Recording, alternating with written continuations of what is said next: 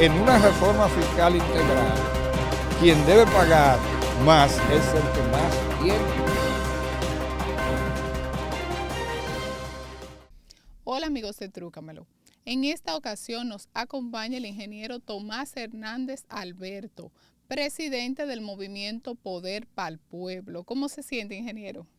Bueno, feliz de estar aquí, feliz de estar contigo, de estar con tu padre, viejo amigo, y muy feliz porque de alguna manera u otra, no sé si se puede decir que estuvieron vinculados a Poder Pa'l Pueblo, ustedes en algún momento. Sí, queremos saber, hablando de esta organización, el movimiento, cuáles son realmente las estrategias que llevaron a cabo y cómo aportaron en esa ocasión a la victoria del presidente actual. Mira, es increíble. Yo creo que la situación que se vivió con el Poder Pa'l Pueblo es digna de ser estudiada con profundidad. Primero nosotros estábamos con las nietas, tranquilos.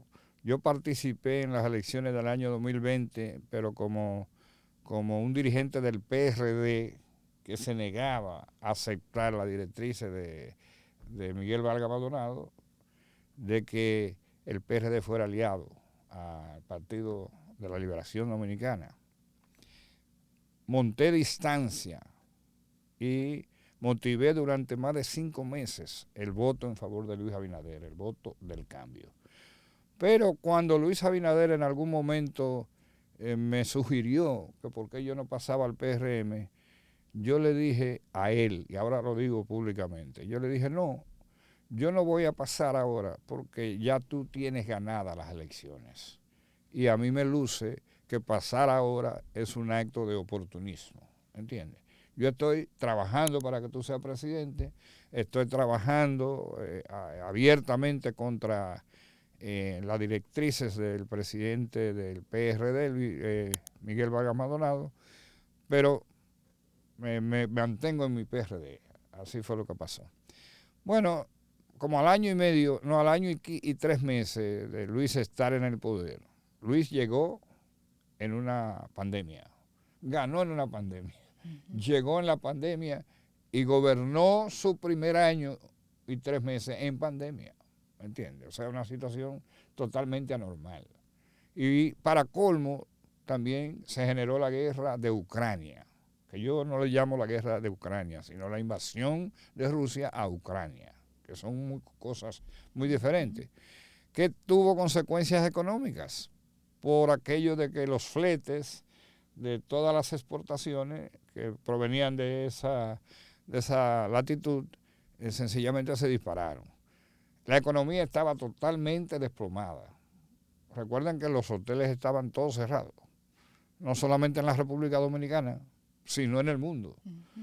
La zona franca se habían caído prácticamente a cero. Era un país inmovilizado por la coyuntura. Y en esa coyuntura, Luis sobrevivió de manera tal que se convirtió en el primer presidente en América Latina que resolvió el problema de la pandemia. El primero que aperturó la economía en América Latina y en una gran parte del mundo. Es decir, yo recuerdo cuando la oposición decía que era imposible aperturar la economía porque eso se contravenía con la pandemia. O sea, que era un peligro mandar a la gente a la calle y que eso iba a producir una desgracia nacional. Luis se atrevió, se la jugó, claro, había hecho un papel trascendental en el dominio de la pandemia, porque fue el primer país que vacunó. De manera que todo eso empezó a dejar ver a los dominicanos que estábamos frente a un presidente de condiciones diferentes, ¿entiendes? Prometió que iba a independizar el Poder Judicial, sobre todo en lo referente a Procurador General de la República y ese tipo de cosas, y fue el primer decreto. Y fue la primera persona que levantó su mano, la Procuradora General de la República. Prometió que en su gestión de gobierno tendría amigos, pero no cómplices. Y que el que se equivocara, aunque fuera su mejor amigo, salía de gobierno. Y nosotros ahora lo vemos como una cosa común y corriente, pero no son ni uno ni dos los que han tenido que salir del gobierno justamente porque no entendieron esa mecánica de transparencia total del presidente Luis Abinader. Entonces, todas esas cosas generaron un movimiento de compañeros que preferían que yo dejara ya un poquito el año sabático que yo estaba pasando, y insistieron en que hiciéramos un movimiento. Yo decía, pero vamos a hacerlo un año antes de las elecciones, porque al fin y al cabo es un movimiento electoral. No. Recuerdo que mi esposa también me decía, Tomás, aquí hay que hacer algo, porque ese hombre está trabajando bien, y sin embargo luce solo. Es decir, Luis era el defensor y el promotor de su propio gobierno. Pero normalmente en la historia tradicional de los procesos electorales o de los procesos del país, los gobiernos tienen lo que se llaman voceros o portavoces, y parecía que no tenía. Entonces eso precipitó el inicio del poder para el pueblo. Sí, que fue uno de los primeros movimientos de apoyo al presidente actual. Bueno, no fue el primer movimiento que habló en la República Dominicana de continuidad de Luis en el poder. Ni siquiera hablamos de reelección. Es lo mismo, pero no hablábamos de reelección por el sabor amargo que tiene la terminología reelección. Sí. De que ahora Luis se va a encargar de demostrar que no todas las reelecciones son malas. Eso, hablando de ese tema, ha llamado bastante la atención lo que es la reforma constitucional. ¿Cuál es su parecer sobre ese tema que están hablando mucho, que tiene que ver con la reelección? Qué bueno, Natalie, que me está tratando el tema. Porque aquí hay mucha gente que cree que la memoria de los dominicanos es de corto plazo. Luis habló, desde que se decidió a procurar la reelección presidencial, habló de que reformaría la Constitución de la República para ponerle candado definitivo al asunto de la reelección presidencial, para que ningún presidente, después que haya tenido 2 periodos consecutivos, se invente la idea de que puede volver. Y esa fue parte de su promesa de campaña. Porque ahora la oposición dice que él tenía eso como una carta que tenía. No, la carta fue muy abierta. Es decir, yo quiero ganar la reelección, la quiero ganar entre otras cosas porque voy a hacer una transformación de la Constitución de la República, primero para eso, y segundo, para poder ajustar a los cánones constitucionales decisiones que yo tomé, pero que otro presidente no está en la obligación de tomar. Es decir, si no hubiera sido Luis el presidente que gana la elección, hubiera podido venir cualquiera y echar para atrás todo lo que hemos andado en términos de transparencia, todo lo que hemos andado en términos de lucha contra la corrupción. Entonces, él quiere hacer irreversible la situación de aspectos positivos que se hicieron por voluntad ciudadana del presidente, que no va a ser presidente más allá del 28, y por lo tanto, todo cuanto él quiere es asegurarse que lo mejor pueda quedar hacia el futuro, aunque en el futuro pudiera llegar, en 20 años pudiera volver otro presidente, o sea, otro partido al gobierno. Porque lo que realmente están diciendo es que actualmente la Constitución no se encuentra segura en lo que viene siendo esa parte de la elección del presidente en una posible reelección. Ahora mismo, por ejemplo, vemos que 40%, la mayoría de los que están a favor del expresidente Danilo Medina lo eligieron nuevamente para que sea el presidente del PLD. ¿A eso se refieren? No. Porque eso ya es un aspecto que toca. Sí, pero que podría volver. No. Es que el párrafo sería tan taxativo que el presidente, porque este es un país también, eso fue una interpretación, ¿entiendes? Y esa interpretación, atento a relajo, tiene más de 20 años. ¿Entiendes? Okay. Pero la realidad es que el hecho cierto de que no tuviera tampoco le daba derecho a ninguno de los que fueron. Usted tenía que ser reelecto en su propio periodo. Si no es en su periodo, ya Hasta ahí llegó. Okay. Entonces, en el caso de Danilo, por ejemplo, no vamos al de Danilo, vamos al de Leonel. Leonel modificó la Constitución de la República en el año 2010. ¿Y por qué la modificó?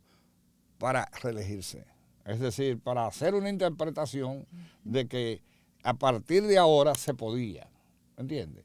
Pero eso es lo que está tratando de evitar Luis Abinader. Yo creo que el temor de algunos opositores, sobre todo, es que ellos queden entrampados en aquello de que todo expresidente de la República que haya ocupado 2 veces el poder político en la República Dominicana no tendrá oportunidad jamás. Quizá eso le debe preocupar, pero esa no es la intención de Luis. A Luis no le interesa si cualquiera interpreta después que puede porque se hizo una nueva, eso tendrá que decidirlo el Tribunal Constitucional, usted tendrá que, porque siempre la interpretación es parte del juego de lo jurídico. ¿Entiendes? Excelente. Y actualmente, para que usted pueda edificar, existe una preocupación con el tema de la posible reforma fiscal. ¿Cuál es su parecer? Otro tema. ¿Cuál de los candidatos que tuvimos? Pero vamos a ponerle nombre. ¿Cuándo Leonel o cuándo el candidato del PLD, Abel Martínez, cuándo ellos se negaron a la tesis de que había que modificar también, hacer una reforma fiscal? Ninguno, todos estuvieron de acuerdo. Quizás, entre otras cosas, porque todos pensaron que ganarían. ¿Se entiende que por coyuntura entonces política? No, casi no se puede. Un país tiene que fijarse bien en cuáles son sus líderes y dirigentes. Usted no puede ir a un proceso electoral y decir que sí, que es necesaria la reforma constitucional, y después porque el poder no le llegó, porque el pueblo se lo negó, usted aparezca diciendo que es peligroso ahora hacer una reforma constitucional. O que si se hace una reforma constitucional hay que pasar por referéndum, por cosas que ni siquiera están, el referendo es constitucional, lo que no es constitucional es porque todavía no se ha reglamentado un referéndum. Además, ¿usted cree que el referéndum puede sustituir a una elección? No, no puede. La elección es la expresión más alta de la democracia. Y cuando Luis habló de reelección, habló de que iba a hacer la reforma fiscal, que si él ganaba haría la reforma fiscal.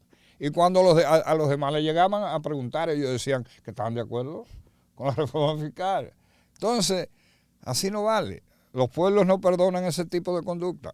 Todo el mundo sabe que una reforma fiscal es una especie de sacrificio general.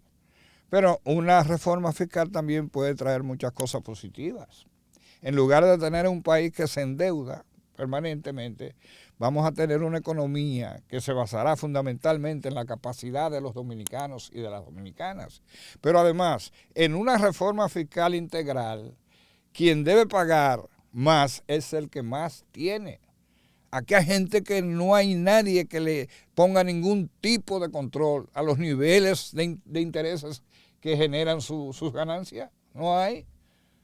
¿Usted cree que es lo mismo que usted produzca al año 1.000 millones de pesos a que usted produzca 1 millón de pesos? No es lo mismo, no es igual. Sin embargo, la regla es que después de 1 millón y hasta tanto, usted solamente paga un porcentaje de tanto.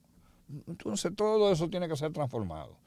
El que más tiene, que nadie está diciendo que uno se opone a que el que invierte tenga riqueza, pero en todos los países del mundo hay un control del porcentaje de beneficio que usted puede obtener en una inversión, ¿entiende? Entonces la reforma fiscal, ¿qué es lo que hace?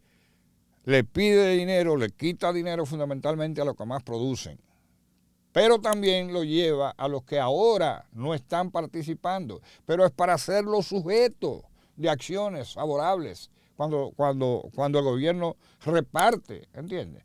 Porque la reforma fiscal lo que hace es que va a producir recursos suficientes para no tener que endeudar a la República Dominicana y para cambiar la política de la República Dominicana. Aquí hay una política de crecimiento. Ahora vino el Fondo Monetario Internacional y nos habló de que vamos a crecer en un 5.1. Tenemos 50 años creciendo ahí, pero no nos hemos desarrollado. Sí. Entonces, ya a partir de este momento, lo que el presidente está pensando es que toda inversión que se haga de ahora en adelante tiene que ser pro el desarrollo de la República Dominicana. Sí, porque entonces lo que usted dice es que con una posible reforma fiscal las deudas van a parar, porque es un tema que se ha hablado bastante en estos días por los tantos préstamos que se han solicitado a nivel internacional. Sí, pero yo no digo que van a parar las deudas, no. Que no va a seguir condicionándose el crecimiento a una deuda, más deuda. Porque fíjense bien, el PLD tiene muchas cosas malas a su paso por el poder, pero también tiene cosas que son positivas. Usted no le puede quitar, usted no puede borrar del escenario los túneles o los elevados, no. Lo que se le critica es que fue a un costo demasiado grande, o sea que la corrupción, lo decía Leonel, no lo digo yo, se llevaba un 30% y él no hizo nada para que, ¿entiendes? Pero, ojo, cuando estamos hablando de los beneficios de que no haya deuda para crecer, ¿entiendes? O sea, sino para el desarrollo, es totalmente diferente. El PLD nos enseñó, con el sofisma que le caracteriza, nos enseñó que la deuda externa se mide en comparación con el Producto Interno Bruto. Entonces, es verdad que Luis ha endeudado. Y es verdad que el PRM ha endeudado. Pero con relación al PIB, se ha reducido la deuda. Lo voy a explicar de esta manera. Cuando Luis llegó al poder, el presupuesto nacional estaba lejano todavía del billón. Lejano. Y Luis en 4 años lo tiene en 1,5 billones.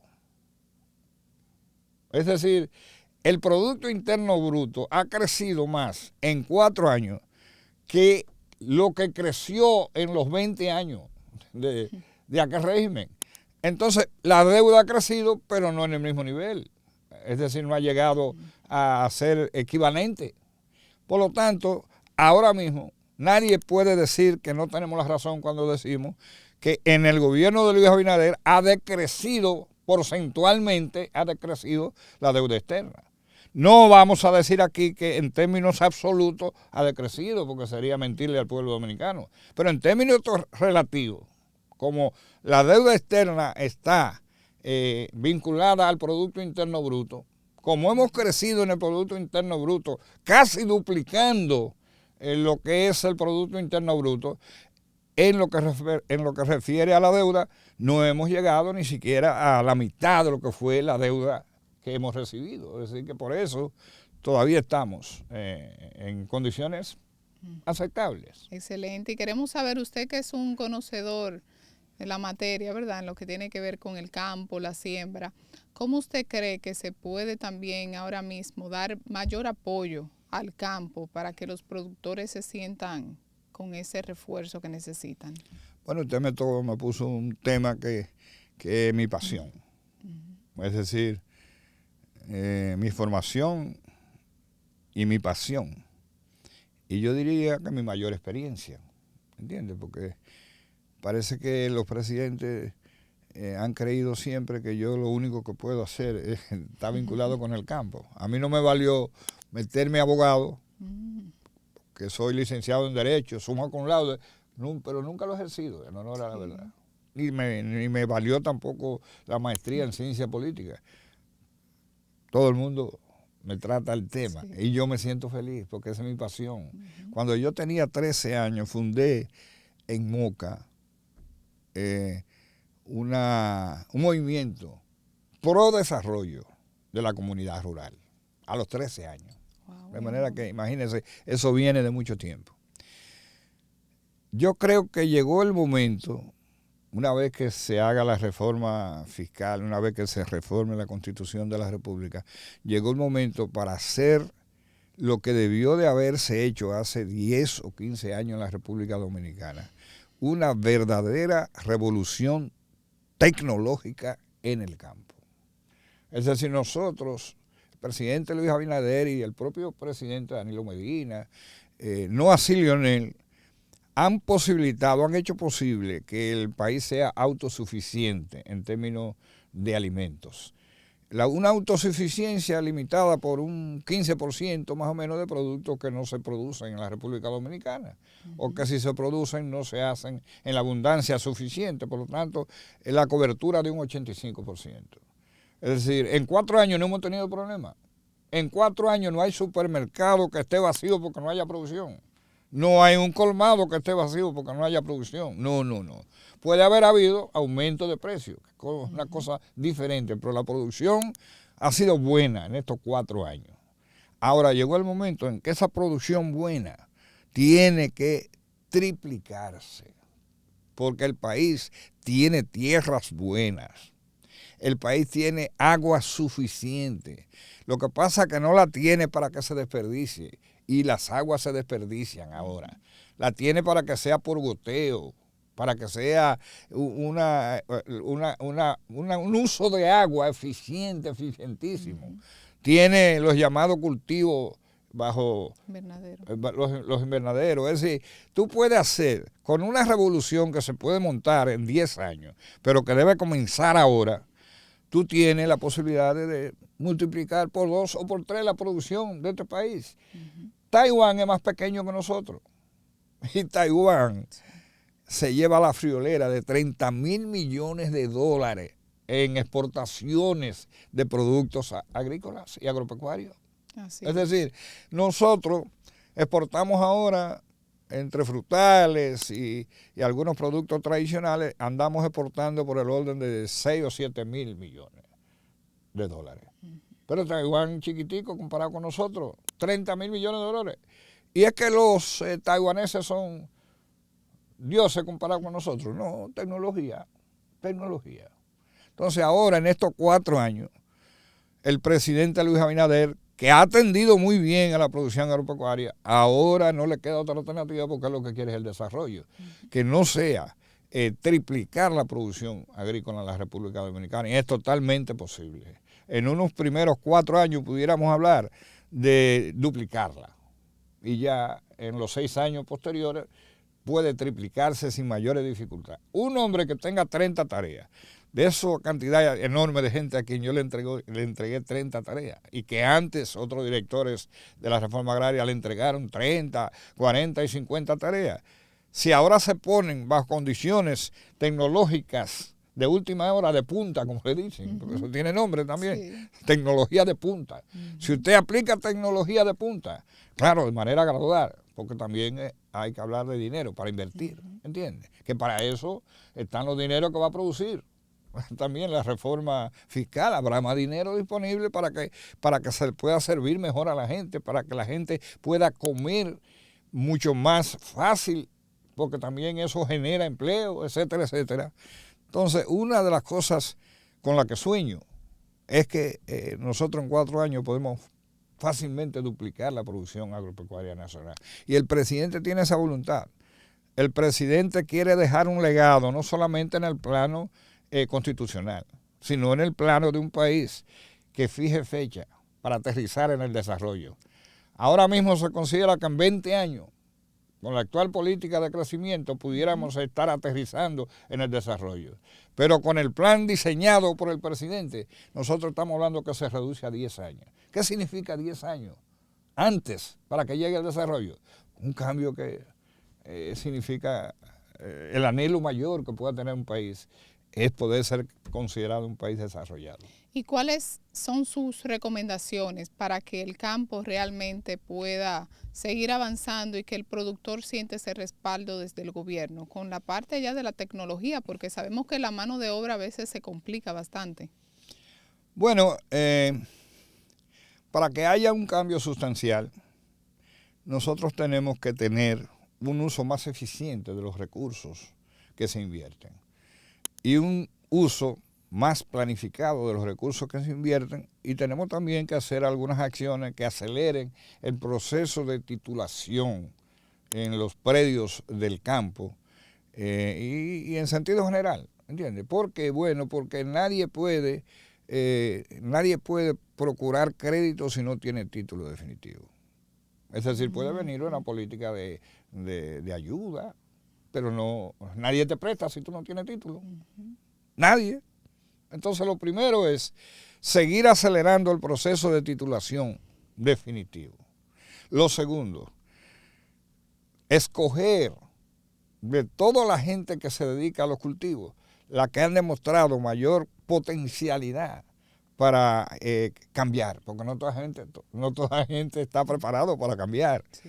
Alguna gente está conforme con lo que le dan o con lo que produce, y cuando ven cambio se asustan, ¿entiendes? Tiene que ser gente con propensión para eso. O sea, para poder hacer una inversión, por ejemplo, en productores de arroz, vamos a suponer, que sean de la reforma agraria, que lo que tienen son predios más pequeños. Lo primero que hay que tratar de asociarlos en la acción, pero mantenerlo liderado en el trabajo. Es decir, porque eso le facilita crédito para compra de maquinarias que pueden servir a 30, 40 al mismo tiempo, ¿tú me entiendes? Sí. Tenemos inmediatamente que empezar también a trabajar en una política de expansión de las exportaciones, porque no podemos comenzar a producir rápidamente sin tener seguro el mercado. Y como ya somos autosuficientes, pero ¿y cuántas islitas tenemos alrededor? Eso es lo que ¿cuántos países tenemos alrededor que llegan? Claro, lo único que tenemos que es ser competitivos. ¿Usted sabe por qué que no se puede esperar más? Porque el DR-CAFTA, que es un acuerdo con los Estados Unidos y Centroamérica, creó condiciones para que creciéramos. Y entonces hay condiciones ahora que no nos favorecen. En el 25 es cero tasa. Es decir, el que no produce lo suficiente y no produce eficientemente y no produce para competir sale del mercado. Okay. No, nosotros estamos en eso, no tenemos alternativa, nosotros tenemos que hacer eso. Claro. Y yo estoy seguro que el presidente, que es un gran economista, habrá pensado en eso, y no solamente eso. Tengo que decir que de esto hablamos, no en este tiempo, hablamos hace el 23 de julio del año pasado. Hicimos un gran evento en el INA, y de ahí a los 4 días el presidente nos llamó, y de las cosas que conversamos fue justamente de esto, de que ya había que dar un paso hacia adelante, y consciente de que también para eso se va a necesitar inversión del Estado, porque el Estado es el que tiene que garantizar la infraestructura. ¿Entiendes? El Estado es el que tiene que garantizar el mayor apoyo, y está consciente. Sí, y en ese tema que usted mencionó del arroz, se habla de que nosotros se produce el 95%, se queda aquí, o sea, se consume y solamente se exporta el 5%. Entonces la persona se pregunta a qué se debe el alza en el costo del arroz. Mire, el alza no solamente en el costo del arroz, en el precio, mejor dicho. Porque no ha habido alza en el costo. Todavía la repercusión, porque primero nosotros no exportamos arroz todavía. Si quizás tuviéramos que exportar, habría que añadir los fletes, ¿entiendes? Y como somos autosuficientes, nosotros no tenemos una razón real para que haya aumento. Ahora, aquí se está hablando de transformaciones, aquí se está hablando de una serie de cosas con la cual la gente que, no voy a decir que todo el mundo, pero una cantidad de gente especula, ¿entiendes? Y entonces la especulación tiene su consecuencia, ¿entiendes? Tiene su consecuencia.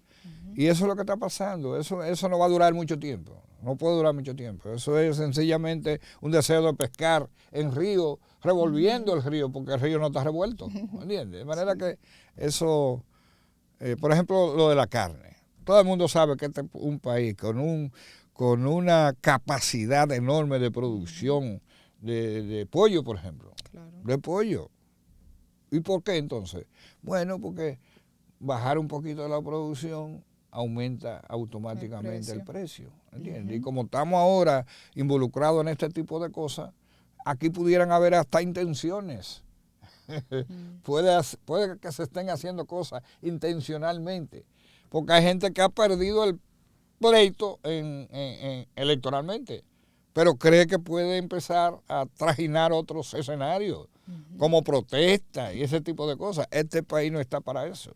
No que se van a prohibir ni nada, sino que no está para eso. Este es un país que acaba de pasar por un proceso electoral donde se tomaron determinaciones y ahora una oposición que tenga sentido de futuro, lo único que le queda es arrimarnos todos para procurar juntos, porque eso sí, para poder llegar al desarrollo tenemos que hacer un gran acuerdo nacional, donde hay que tomar en cuenta al PLD, hay que tomar en cuenta a la Fuerza del Pueblo, hay que tomar en cuenta a los partidos que hayan logrado crecer algo, ¿usted me entiende? Claro. Entonces, por eso el presidente, aunque sabe que tiene el dominio numérico como resultado de las elecciones, es decir, él no necesitaría a nadie para hacer las reformas constitucionales. El PRM tiene suficiente con los aliados naturales que tiene, pero él no piensa así. Él piensa que a pesar de que tengamos esa mayoría, hay que procurar el mayor consenso posible. Es lo mejor, sí. Y ya para finalizar, queremos saber su opinión, ya que existe ahora mismo una preocupación con el tema del anthrax en Haití. ¿Cuál sería su mensaje final para el pueblo dominicano y para las autoridades? Mire, el anthrax es una realidad, pero es una realidad casi congénita con esa nación. Es decir, que nació con ella, porque el anthrax es una enfermedad de origen fundamentalmente africano. Y Haití es una nación poblada fundamentalmente por gente que viene del continente africano. Entonces es como, yo no quiero decir que nacen con ellos, ¿no? Sino que está presente desde la fundación de Haití. El anthrax es una enfermedad que ya nadie quisiera tener, no porque sea tan letal, es decir, no hay otras enfermedades que son más letales que el anthrax, sino porque hasta su presencia en el cuerpo de cualquier persona produce una situación de dificultad. Pero tiene mucha dificultad ¿cómo se llama?, en transmitirse. Es decir, no es una enfermedad que se transmita así como se transmite el COVID o un virus. No. Pero de todas maneras es algo serio. Y ha habido un cierto incremento del anthrax en Haití.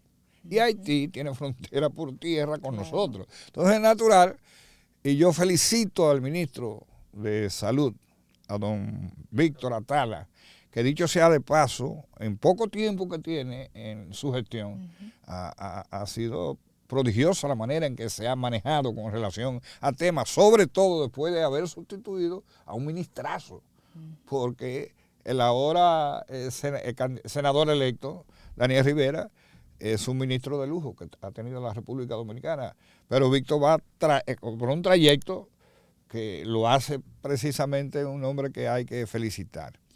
Y yo creo que quizás sin querer,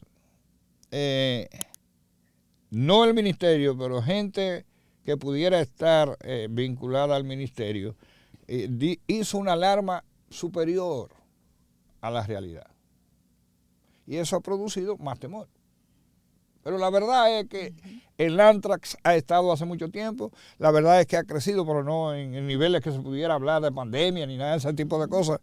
Bueno, y perdóneme que yo me metí en un tema de medicina, lo que pasa es que tengo que leer y tengo que averiguar. Y va de la mano. Hasta de eso me preguntan. Va de la mano porque dicen que también se puede transmitir por la carne. Ah, sí, va de la mano, sí. Pero no es tan fácil, por esa vía no es tan fácil. De todas maneras, el anthrax es una realidad. El anthrax ha crecido y se están tomando todas las medidas pertinentes, ¿entiendes? Y no es un peligro, no es un peligro inminente, no es una pandemia, no es algo que debe atemorizar, no, es perfectamente manejable. Y el ministerio está haciendo lo que tiene que hacer en ese sentido. Excelente. Claro, la presencia del anthrax nos obliga a una mayor chequeo de El flujo. del flujo, ¿entiendes? Nos obliga, porque son cosas que se ven. Oye, Claro. con la tecnología moderna que se tiene, usted tiene un pantalón puesto, pero tiene una cosa de andra ahí, aparece de una vez, Claro, todo está muy ¿entiendes? moderno. Porque todo va, de manera que Avanzando. no es que lo que quisiera que la gente entendiera, que es una realidad, pero que no es una realidad como para que tengamos que alarmarnos. No, no hay razones para alarmarnos. Excelente. Entonces, un mensaje final para el pueblo dominicano. Al pueblo dominicano, al pueblo que está en este momento viéndonos en este espacio, trúcamelo. Yo quiero decirle, la nación dominicana es una nación que se puede considerar dichosa. El FMI vino y dice que nosotros somos, comparado con cualquier otro país, somos una excepción. Es decir, los planos del crecimiento para América Latina no llegan a un 4 y nosotros tenemos la seguridad de un 5.1. Pero la cantidad de inversión que se produjo en la República Dominicana, que ha venido ascendiendo desde el primer año de Luis hasta ahora, casi bordea los 5.000 millones de dólares. En términos de comparación, no hay ningún país que haya recibido los niveles de inversión que hemos recibido nosotros en este año, en los años recientes. Somos un país que es el primero en turismo. El primero en turismo. Es decir, porcentualmente hablando, ¿entiendes? Sí. Porque nadie va a pretender que destinos gigantes como hay en el mundo, pero porcentualmente nosotros tenemos 10 millones de habitantes. Nosotros tenemos la capacidad de traer más de la cantidad de habitantes que tiene el país, ¿entiendes? Nosotros tenemos una economía cada vez más fortalecida, con el visto bueno. A nosotros lo único que nos hace falta es que los dominicanos entendamos que este es un momento donde estamos gobernados por un presidente que tiene muy claro que lo más importante es que la República Dominicana dé el salto hacia el desarrollo. Con el salto hacia el desarrollo habrá de desaparecer como figura medible la pobreza. No es que ya no va a haber pobre, pero hay niveles que sean considerables. Y después una serie de condiciones que van juntas con el desarrollo también se acercarán. Nosotros tenemos que entender que la democracia está fortalecida. ¿Ya habéis visto alguna vez una Junta Central Electoral que haya sido como está siendo felicitada esta Junta Central Electoral? O sea, están dadas todas las condiciones. Y lo que tenemos que hacer es aprovechar el tiempo para trabajar, para orientar de manera positiva, y el liderazgo nacional tiene que entender que tiene que esperar al 28 para ver si se puede medir otra vez, ¿entiendes? Y el que más saliva tenga comerá más hojaldra. Excelente, muchas gracias por asistir, de verdad que ha sido un honor tenerlo por aquí en nuestro espacio. Dale me gusta a este video y comparte con tus familiares y amigos. Muchas gracias. Trúcamelo. Trúcamelo.com. Síguenos en todas nuestras plataformas. Tu plataforma digital es Trúcamelo.